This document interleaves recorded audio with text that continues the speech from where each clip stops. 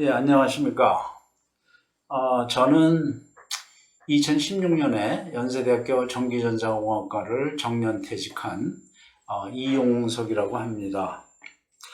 저는 제 학력 경력에 대해서 간단히 좀 소개를 드리면요. 저는 73년에 연세대학교를 졸업했어요. 그 다음에 이제 ROTC 장교 2년 군대 갔다 와가지고 75년대 미국으로 유학을 갔습니다. 그 다음에 1981년도에 미국의 미시간 대학교, 앤어버 있는 미시간 대학교에서 공학 박사 학위를 받았죠.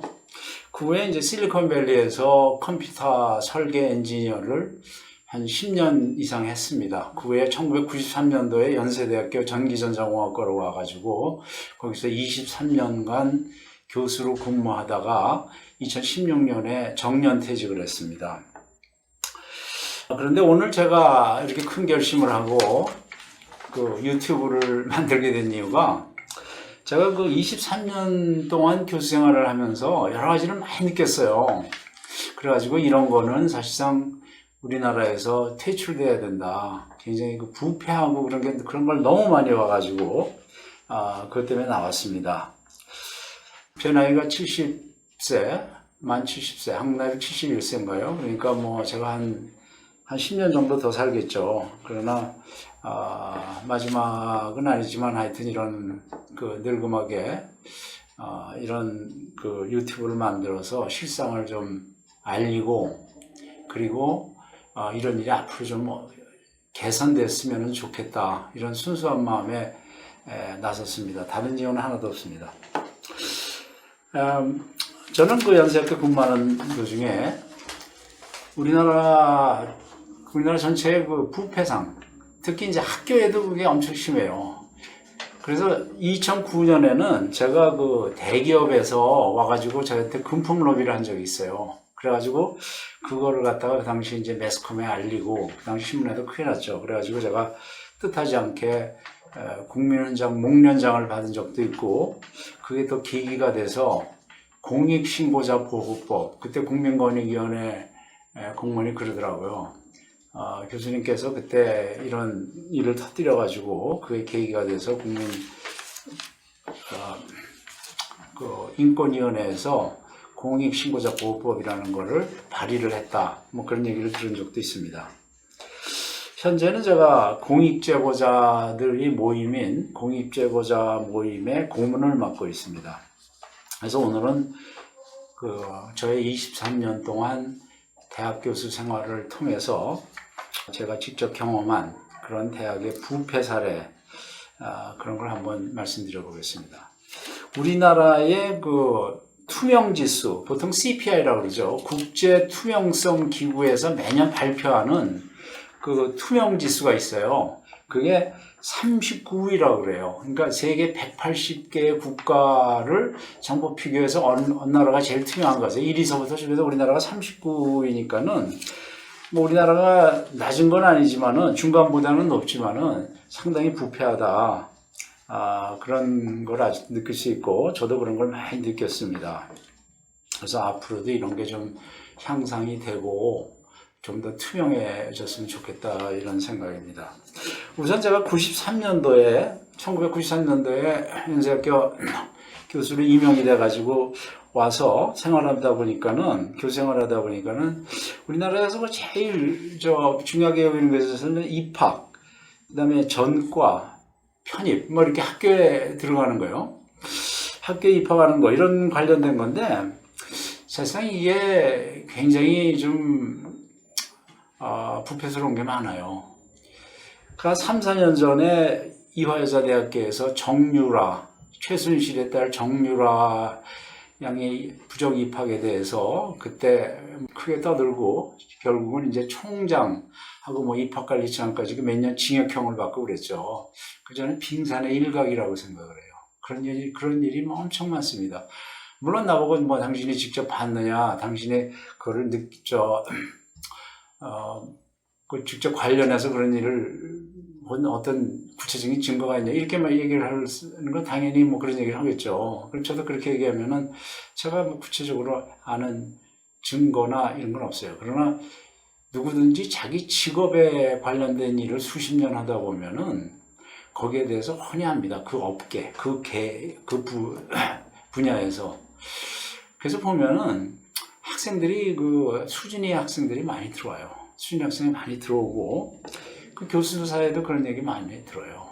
편입 또는 전과 이런 거는 그과 과장의 고난이다. 그런 얘기들을 많이 합니다. 그러니까는 거기서 어떤 뒷거래 이런 게 많이 있는 걸로 저는 파악을 하고 있습니다. 이런 일이 없어져야죠. 왜냐하면 좋은 대학 들어가기가 얼마나 힘들겠어요.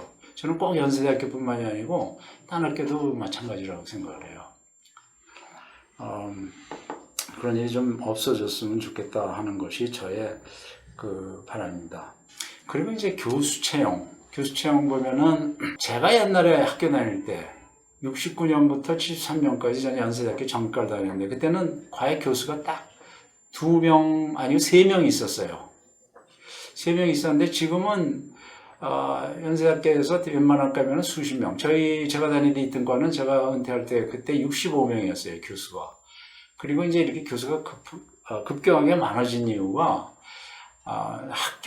그때 교육부에서 학교를 평가하는데 이 학생 대 교수의 비율을 봐요. 그러니까 될 수 있으면 이제 한 교수당 학생의 숫자가 적은 게 좋다고 그러죠. 외국 대학은 10명, 이래가지고 우리는 그 당시에 목표가 굉장히 낮은 숫자, 아마 제 기억에는 10명이나 20명 아마 그 정도였을 거예요. 그래가지고 교수를 많이 뽑았어요. 그러면서 그걸 제가 많이 봤습니다. 그런데 이게 되게 로비를 많이 해요. 실력보다는 로비를 많이 하고 그렇게 해서 들어오는 경우가 많습니다. 그리고 심지어는 그런 얘기가 있잖아요. 일반적으로 우리가 가끔 얘기 들어보면 교수 자리가 아파트 한 채 값이다 그런 얘기가 있는데 그게 참 있을 수 없는 일이죠.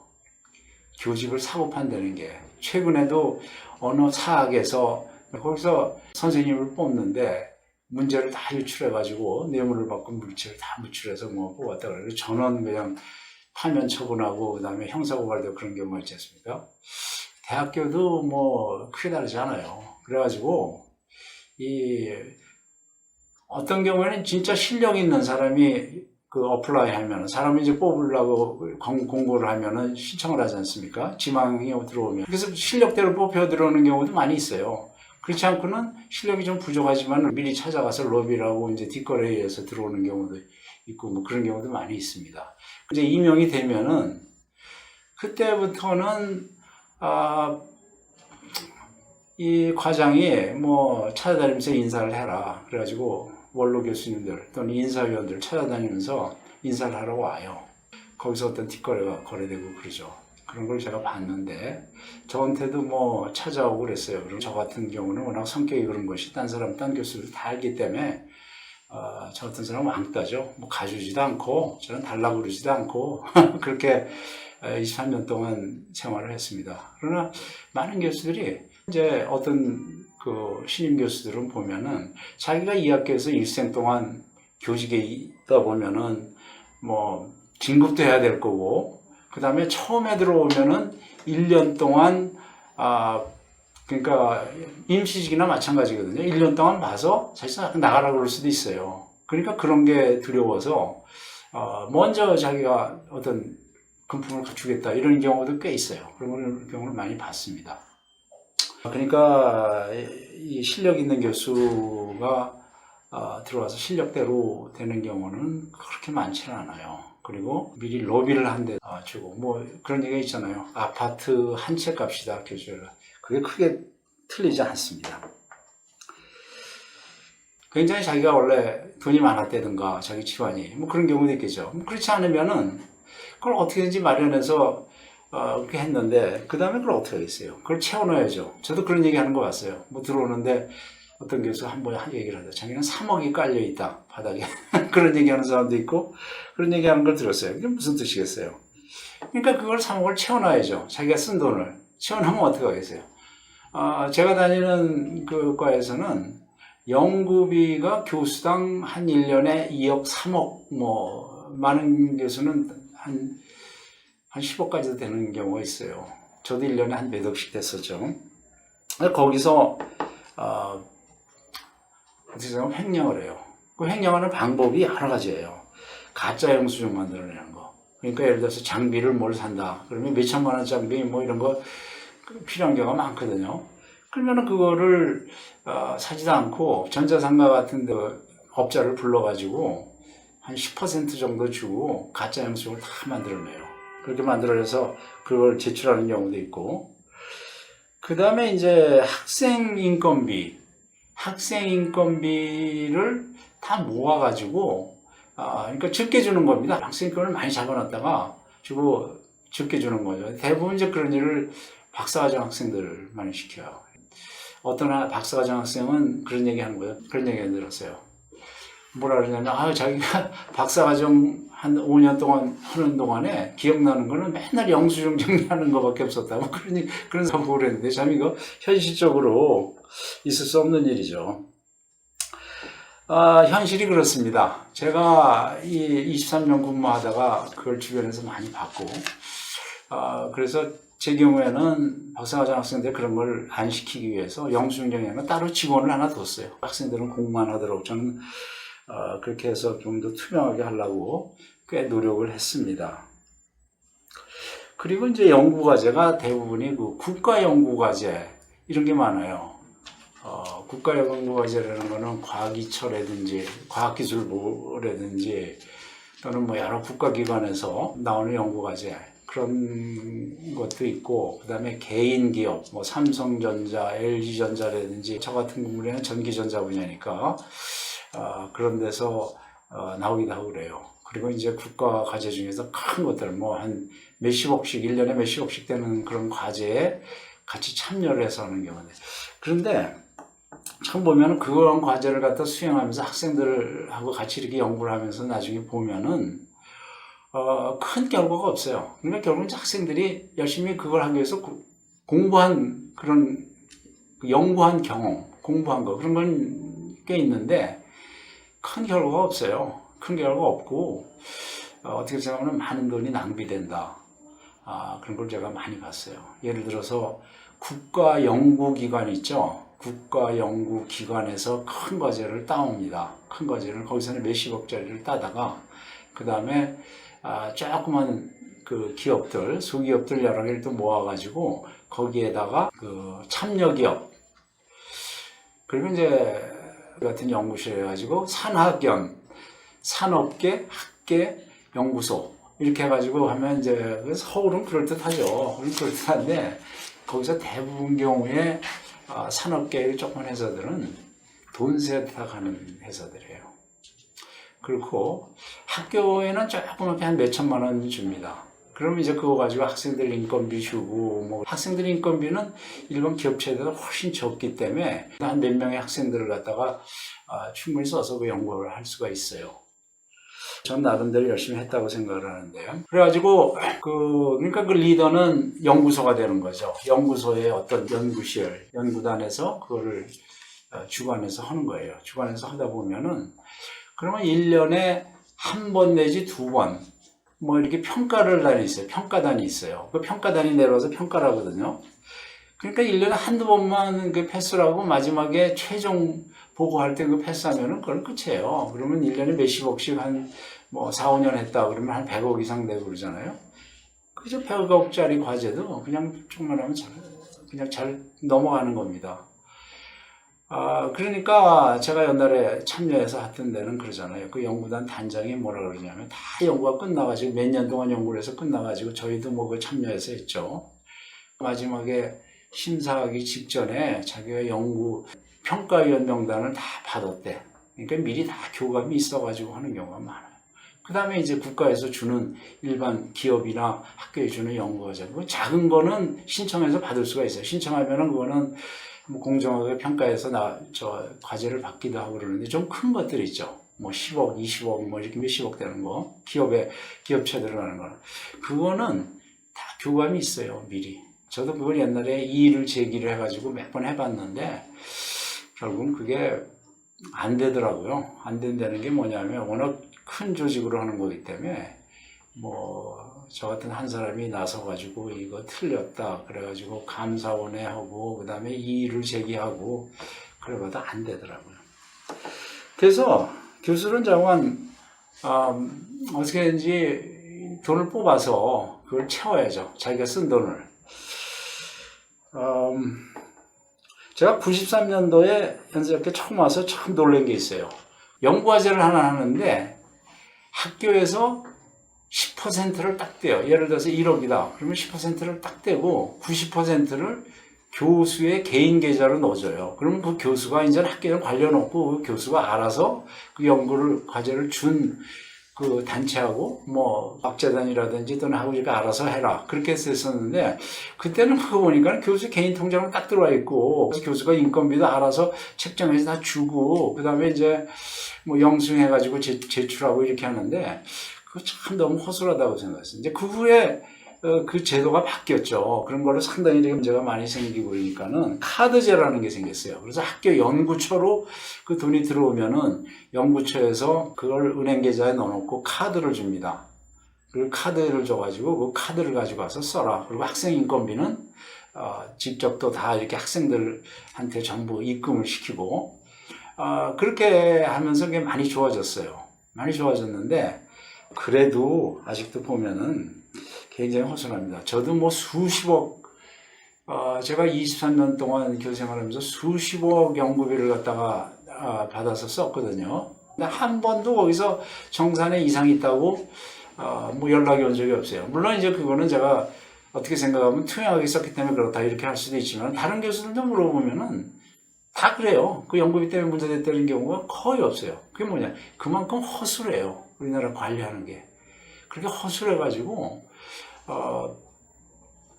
연구비가 일이 줄줄이 새나갑니다. 그래서 우리나라 국가 연구비가 1년에 22조라고 얘기 들었는데, 물론 거기에는 예를 들어서 우리나라에서 로켓을 발사한다든지, 뭐 인공위성을 그런 것이 다 포함된 거예요. 다 포함. 다른 분야는 모르는데 그 학교나 우리 연구소, 이런 데서 쓰는 거는 많은 부분이 새나갑니다. 그리고 이제 그런 연구과제를 신청할 때 보면은 출장비가 있거든요. 출장비라는 게 대개 보면 논문 발표 또는 학술회의 참석 뭐 그런 건데, 저도 여러 번 가봤어요. 가봤는데, 그런데 가서 등록만 해놓고 관광 다니는 사람 엄청 많아요. 너무 많이 봤어요. 그러니까 갔다 오면은 뭐 등록을 한 그거 제출하고 갔다 온 거기 가서 등록했다는 것만 제출하고 그러면 끝이에요. 무슨 뭐 특별한 그런 게 없어요. 그러니까는 여름방학이고 방학 때만 되면은 많은 교수들이 전부 출장 나가요. 그러니까 전부 어떻게 생각? 전부는 아니죠. 제가 전부라 그러면 100%라는 얘기인데 안 그런 경우는 꽤 있어요. 그러나 많은 경우에 거의 관광 가는 겁니다. 이게 한심하죠.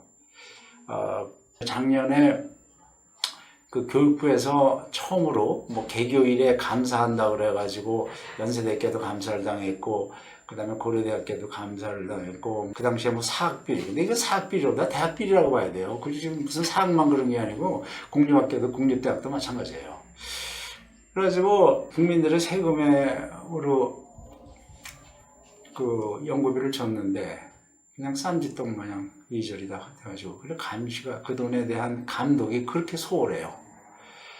그거는 제가 뭐 구체적인 사례가 있느냐 이렇게 물어보신다 그러면 제가 그 말씀드리죠. 제가 23년 동안 대학교 생활하면서 수도 없이 봤습니다. 여러분도 마찬가지예요. 자기 직업 분야에 있는 거는 자기가 훤히 알아요. 그걸 그럼 구체적으로 뭐 딱 집어서 얘기를 해봐라. 그런 경우가 너무 많아요.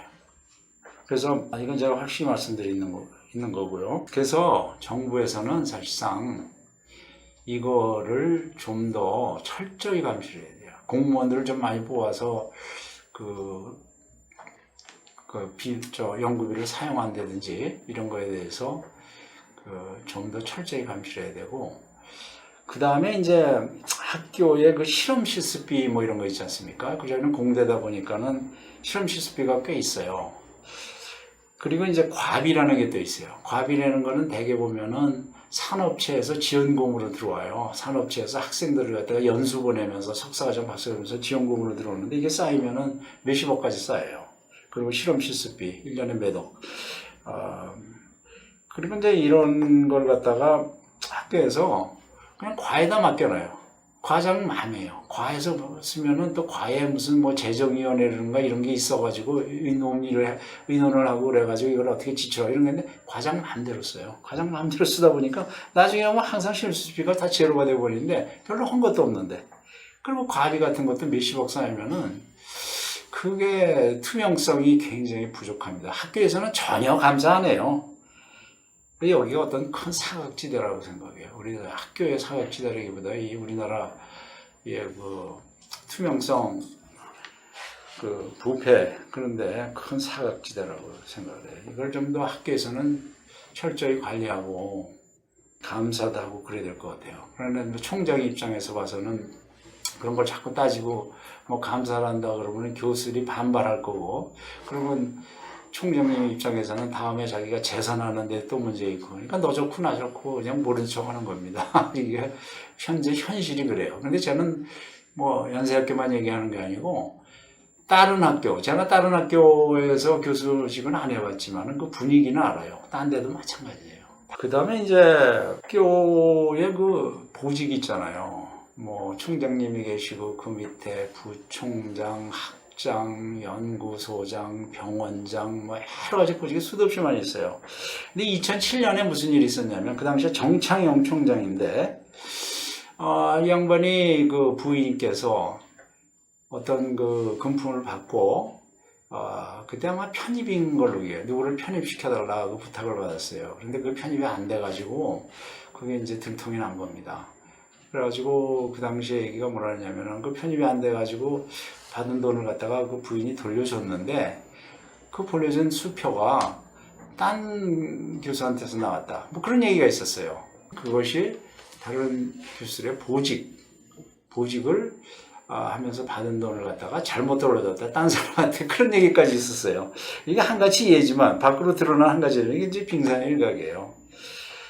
그래서 대부분의 그 중요 보직 교수들 이런 사람들은 달인이에요. 아주 달인이고 그렇게 안 하고는 올라갈 수가 없어요. 그럼 자리에 들어가면 또 인사치를 해야 되고 인사치를 하려고 그런 걸 하려고 평상시에 돈을 또 쌓아둬야 되죠. 그 돈이 어디서 나왔겠어요? 연구비에서 나오고 이리저리 뽑아서 그거를 또 그런 거래를 하는 겁니다. 그런 교수가 능력 교수라 그래요. 참 이 현실에서 저도 굉장히 이 유튜브를 하기 전에 망설였어요. 굉장히 많이 내 얼굴에 침 뱉는 것 같고 뭐 그래서 망설이긴 했는데 사실 우리나라에서 이런 건 좀 없어져야겠다. 투명해져야겠다. 우리나라도 지금 선진국 대열에 섰는 후진국 중에 후진국하고 비슷하게 이렇게 되고 있어요. 이런 거는 정말 없어져야겠다. 그래서 제가 큰 용기를 냈습니다. 제가 2009년에는 그 현직에 있을 때죠. 11년 전이네요. 대기업, 그 당시에 그 금호건설이죠. 금호건설에서 금품 로비, 저한테 무슨 뭐 상품권을 가져왔어요. 그래서 제가 그거를 고발한 적이 있고, 그 다음에 2010년도에는 그 SK텔레콤에서 거기서도 이제 그 비슷한 일이 있었어요. 제가 2번 그 당시에 일을 벌렸습니다. 그래가지고, 그때 뭐 생각지도 않았는데 국민권익위에서 저한테 국민훈장도 주었고, 그 다음에 그걸 계기로, 그 당시에 공무원이 그러더라고요. 그걸 계기로 해서 공익신고자 보호법을 만들었다. 나중에 얘기 들으니까, 그런 그 제안이 많이 있었대요. 일반 그런 투명성 단체들이 있잖아요, 우리나라. 그 단체에서 공익신고자는 보호법을 만들자 그랬는데, 안 만들고 있다가, 그 사건이 터지니까는, 그럴 때가 제일 그 법 같은 거 통과시키기가 좋은 때라 그러더라고요. 왜냐면은, 매스컴에서 떠들고 그러다면 그 나라의 분위기가 이런 게 필요하다, 뭐 이런 게 되잖아요. 그래서 그 당시에 얼른 발의를 시켜가지고 통과돼서 지금 그것이 현재 시행이 되고 있고, 그 후에 이제 몇 년 후에, 김영란법 또는 청탁금지법이 또 나왔죠. 그래서 저도 사실 거기에 조금 공헌한 거기에 대해서는 큰 이 보람을 느끼고 있습니다. 그 다음에 우리가 이제 이렇게 부정적인 면만 제가 많이 말씀드렸는데, 긍정적인 면도 있어요. 제가 69년부터 73년까지 대학 다닐 때는, 그때는 진짜 한심했어요. 한 학기에 강의 몇 시간 안 해요. 그리고 책이 있으면 챕터 1 정도만, 책 사고 챕터 1 정도만 강의하고, 그 다음에 나머지는 맨날 휴학합니다. 그 당시에 무슨 데모도 많고 그렇지만은, 교수들도 의욕도 없고, 학생들도 의욕도 없어요. 그러니까 4년 졸업할 때 되니까는, 뭐를 배웠는지 모르겠더라고요. 다들 그런 얘기를 했었어요. 그때는 박정희 정권 시절 69년부터 73년인데, 75년도 유학을 갔어요. 저는 유학 가기 전에 이제 군대에 있을 때, 그때 이제 제가 장교고 그러니까는 영해 고주하고 그러니까는 공부를 많이 했죠. 그래가지고 유학을 가서 결국 이제 6년 만에 박사학위까지 했는데, 고생을 엄청 했어요. 그 기본적인 실력이 부족을 해서. 그래가지고 뭐 엄청 고생을 해서 받기는 받았는데, 요즘에는 대부분의 교수들이 그 옛날 그때하고는 틀려요. 그때는 교수들이 뭐 실력도 없고 진짜 학생들이 온갖 얘기를 다 했어요. 그런데 요즘에는 다 제대로 공부하고, 물론 뽑는 과정에서는 좀 문제가 있지만은 다 제대로 공부하고 온 교수들이고, 그리고 이제 외국의 그 선진 문명 그런 데서 일했기 때문에 그래도 제대로 강의합니다. 저만 해도 꼭 다 채워서 강의하고, 그 다음에 휴강하면은 또 보강도 하고, 뭐 그런, 그리고 이제 강의 평가라는 게 있어요. 제가 75년대 유학 가서 놀란 거는, 거기서는 강의가 끝나면 학기의 맨 마지막 시간에 강의 평가래요. 교수는 나가고, 이거 강의 평가 이제 이 학기의 강의가 어땠다는 걸 평가를 하고 그래요. 그래서 그 당시에 전 놀라서, 학생이 어떻게 교수를 평가를 하나 그랬는데, 지금 우리나라에서는 평가를 해요. 한 10여 년 전부터, 한 10년 됐나요? 10여 년 전부터 그게, 시행이 돼가지고 강의 평가도 하고, 물론 이제 강의 평가가 나쁘다고 그래서 뭐 어떻게 크게 그러는 건 없어요. 그게 많이 좀 좋아지고 있죠. 그 다음에 연구비도 이제 카드제를 사용하고 그렇지만은 아직도 굉장히 새 나가는 게 많습니다.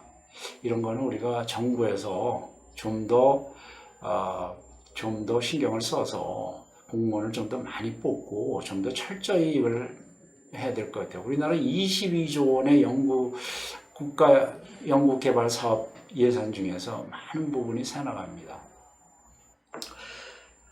그래서 앞으로 우리가 좀 더 이 투명한 그러한 뭐 사회가 됐으면, 또 학계 분위기가 됐으면은 그런 마음에서 제가 오늘 유튜브를 찍게 됐습니다. 다른 이유는 하나도 없습니다. 여러분들 이렇게 들어주셔서 감사합니다. 네.